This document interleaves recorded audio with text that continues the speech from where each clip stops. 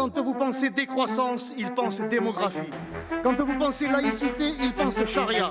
Quand vous pensez réélection, ils pensent génération.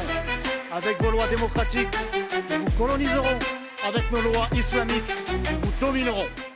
Monsieur le Président, Monsieur le Ministre, mes chers collègues, de Marseille à Strasbourg, de Nice à Saint-Étienne-du-Rouvray, de Trèbes à Paris, le terrorisme islamiste a frappé les Français dans leur chair. Il ne s'est malheureusement pas arrêté à ces effusions de sang, ces métastases prolifèrent dans tout le pays. En effet, les frères musulmans ne sont rien d'autre que des terroristes islamistes patients. Ils ont un but commun, imposer la charia. Et s'ils ne tuent pas les corps, ils polluent les esprits et intoxiquent les cœurs. Plantés dans le terreau de l'immigration massive arabo-musulmane et arrosés par les trombes de la culture de l'excuse, de la repentance et du fantasme du vivre ensemble, le fruit pourri des frères musulmans est mûr. Selon un sondage IFOP de novembre dernier, 42% des jeunes musulmans en France ont de la sympathie pour l'islamisme et 57% font passer les lois de la République après les lois de l'islam.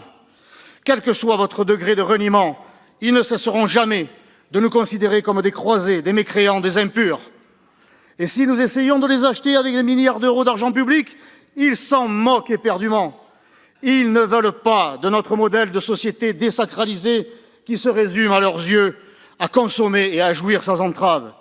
Ces combattants opèrent selon une doctrine simple, celle de Youssef Al-Qaradawi, maître à penser des frères musulmans, je le cite. « Avec vos lois démocratiques, nous vous coloniserons. Avec nos lois islamiques, nous vous dominerons. » Preuve en est, je suis poursuivi par la justice pour avoir simplement qualifié d'islamiste un imam que le ministère de l'Intérieur avait fait condamner pour apologie du terrorisme. Voilà le crime d'un Français qui a grandi dans une ville il y a 50 ans où il n'y avait pas d'entrisme.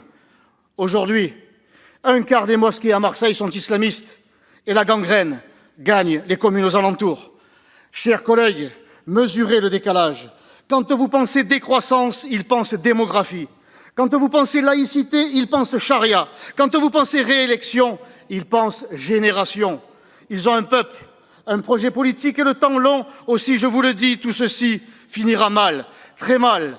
Si nous n'écrasons pas les frères musulmans, les islamistes nous écraseront et vous ne pourrez pas dire que vous ne saviez pas. Car ne pensez pas un seul instant, mes chers collègues, que vos actes ne seront jugés qu'à titre posthume par l'histoire. Non, c'est maintenant, dans le regard de vos enfants et de vos petits-enfants, remplis de détresse et d'amertume, que certains liront leur niveau de renoncement.